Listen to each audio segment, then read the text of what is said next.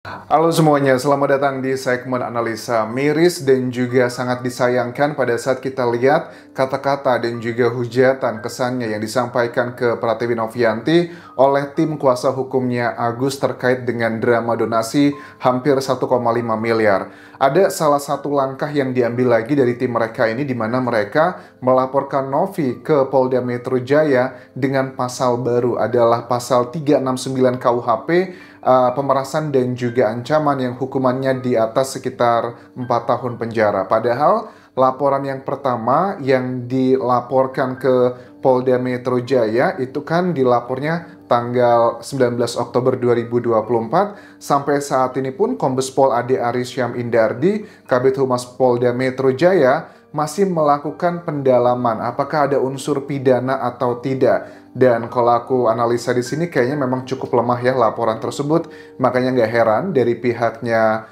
Agus itu membuat laporan baru lagi dengan pasal yang memang ini tergantung nanti adalah hasil penyelidikan dari tim penyidiknya apakah ada unsur pidana atau enggak. Sebelum kita baca pasalnya kuat atau enggak, coba kita simak keterangan dari Farhad Abbas yang sangat terlihat emosional pada saat mengatakan Novi itu hanya ngebodoh-bodohin Agus aja. Uang 1,5 miliar tersebut sekitar itu sudah miliknya Agus, kok tiba-tiba malah ditransfer balik ke rekening yayasannya.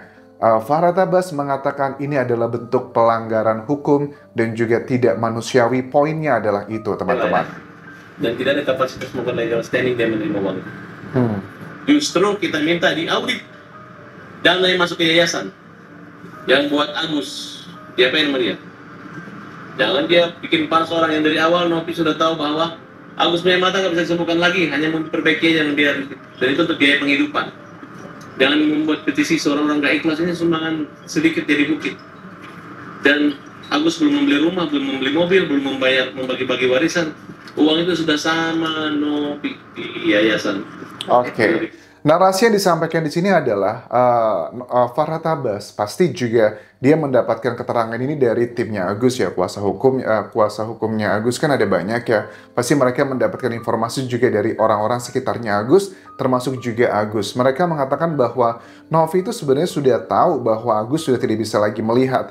Ngapain sih harus sibuk-sibuk ngurusin kayak operasi kelopak mata lagi atau ngurusin yang udah nggak terlalu urgent. Lebih penting adalah kehidupannya Agus ke depannya. Ya, itu adalah satu hal yang interpretasi orang beda-beda. Kalau Novi mengatakan suka tidak suka, katanya ini adalah tujuan awal untuk pengobatannya Mas Agus. Apapun yang terjadi dimaksimalkan doang. Nanti kalau ada sisa, baru deh. Seperti yang Farhad Abbas bilang, Novi pun juga menyetujui kalau memang harus beli rumah, mobil, atau bahkan usaha, itu uangnya tidak masalah. Tapi kami yang kelola dulu agar bisa memaksimalkan pengobatannya Mas Agus. Nah, Novi juga kan ada salah satu isu terkait dengan katanya donasinya ada banyak kasus yang katanya ada dari Jawa Timur, beberapa laporan lain tentang manipulasi data dan sumbangan yang dikelola oleh Novi di sini. Katanya kan ada tuh banyak yang melaporkan. Tetapi selain itu juga ada isu terkait dengan kayak penggunaan obat terlarang. Mereka menuduh Novi bahwa kami dapat laporan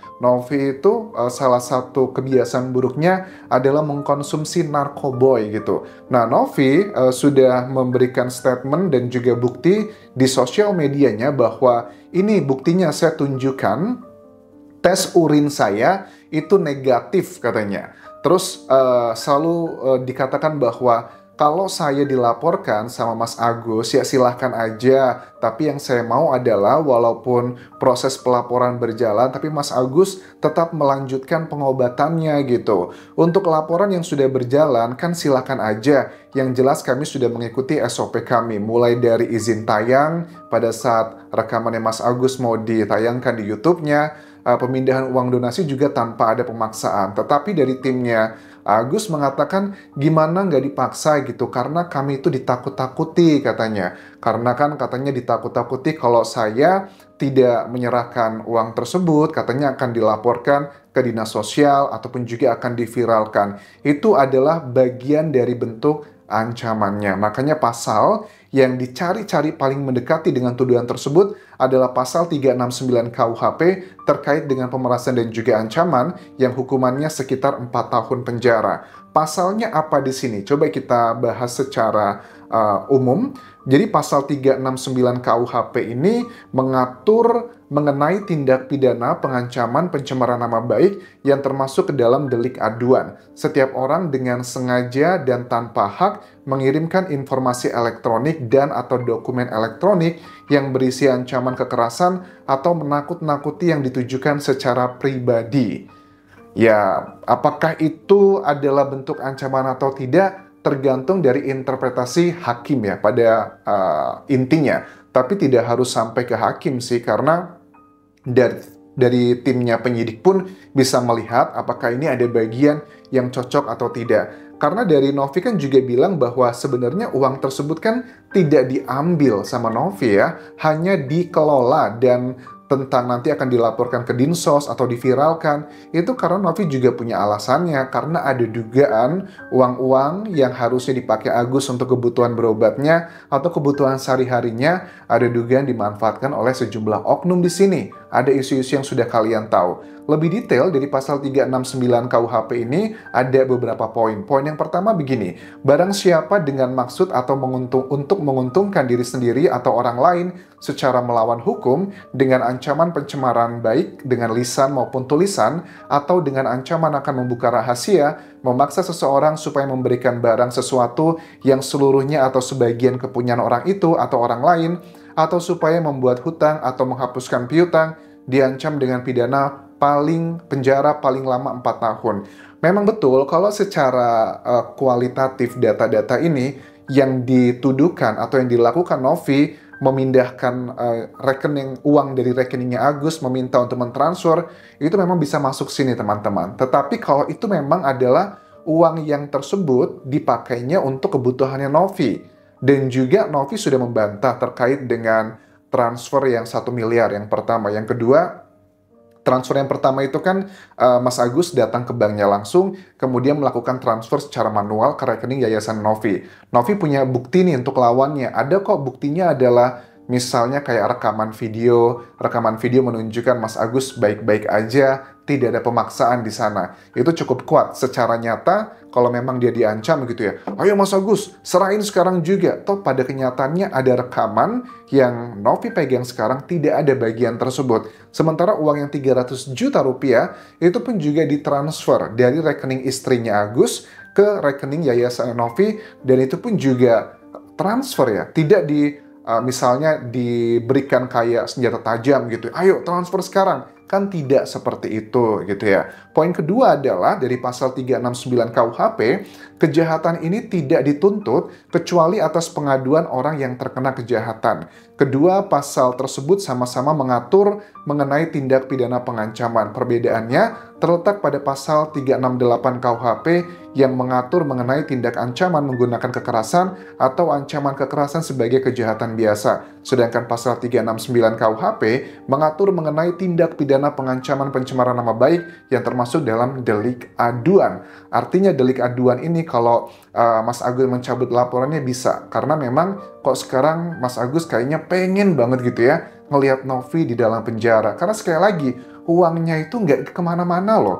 Hanya masalah naroknya di mana, karena Novi melihat ada potensi sangat kuat uangnya Mas Agus bisa menguap kemana-mana dengan berbagai macam drama. Buktinya, kalian sudah tahu, dari 1,3 miliar sekarang yang ada di Yayasan Novi, kan harusnya masih ada hampir sekitar 200 juta lagi yang itu entah di mana keberadaannya. Ya mereka bilang ada kok sekarang, tapi bagaimana dengan 98 juta yang ditransferkan ke salah satu anggota keluarganya Wawa? Penjelasannya seperti apa? Kalau memang clear dari dulu, yang dikatakan nanti Abah yang akan menjelaskan, ya tinggal dijelaskan aja. Oh enggak, ini kami minjem bentar, nanti kita balikin lagi. Beres, tapi kan sampai sekarang kita masih belum mendengarkan uang tersebut kemana. Malah diberikan penjelasannya, kata Agus, itu saya ngasih ke Wawa gitu, karena kasihan dia kelilit utang selama ini, saya tinggal sama Wawa A, B, C, dan D. Begitupun juga Wawa bilang, saya nggak tahu mengenai hal tersebut karena itu adalah urusannya anak saya dan sebagainya. Tapi kalian tahu ini arahnya mau kemana.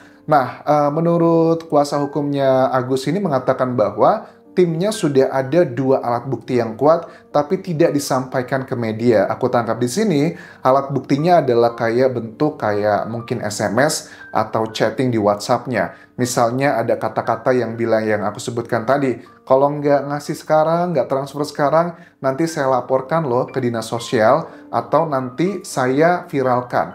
Menurut aku, itu bukan bentuk ancaman, tapi adalah bentuk konsekuensi. Kalau bentuk ancaman tuh misalnya gini, ayo Mas Agus, laporin sekarang. Kalau enggak, nanti video kamu yang begitu-begitu, aku sebarin loh. Itu bentuk ancaman. Tapi kalau dilaporin ke Dinsos, itu kan pemerintah. Justru seneng dong, kalau mereka ngerasa betul, ini kan duit-duit aku, suka-suka aku, dan sebagainya. Laporin aja ke Dinsos, pasti nanti uangnya juga buat aku. Kan yang menjadi bahan kontennya, kenapa Pratiwi Novianti ngomong seperti itu kan konsekuensi, bukan bentuk ancaman. Jadi menurut aku ada hal yang konyol di sini. Terkait dengan statementnya Novi yang pernah ngomong ya sebenarnya di podcastnya Densu, terkait dengan bagaimana dia sistem buka donasi. Kan Novi bilang, kalau kita buka donasi biasanya kita set up nih jadwalnya, berapa hari dari tanggal sekian sampai tanggal sekian. Densu tanya, kalau setelah tanggal tersebut ada yang nyumbang lagi, ya itu gimana dong? Ya katanya Novi, itu akan dipakai untuk biaya operasional ODGJ. Nah itu dipakai, statement tersebut oleh timnya Farhad bilang bahwa dia bilang kan hanya 3 hari masa sumbangan dan sisanya buat ODGJ. Poinnya yang aku jelaskan di awal tadi. Ini mereka sedang mencari kesempatan atau hal kecil untuk mencari kesalahan-kesalahan yang kesannya adalah wah nggak bener nih. Padahal kalaupun memang ada orang-orang yang mau menyumbangkan pasti sudah tahu, oh ini sudah ada ditulis nih setup jadwalnya tanggal sekian sampai sekian.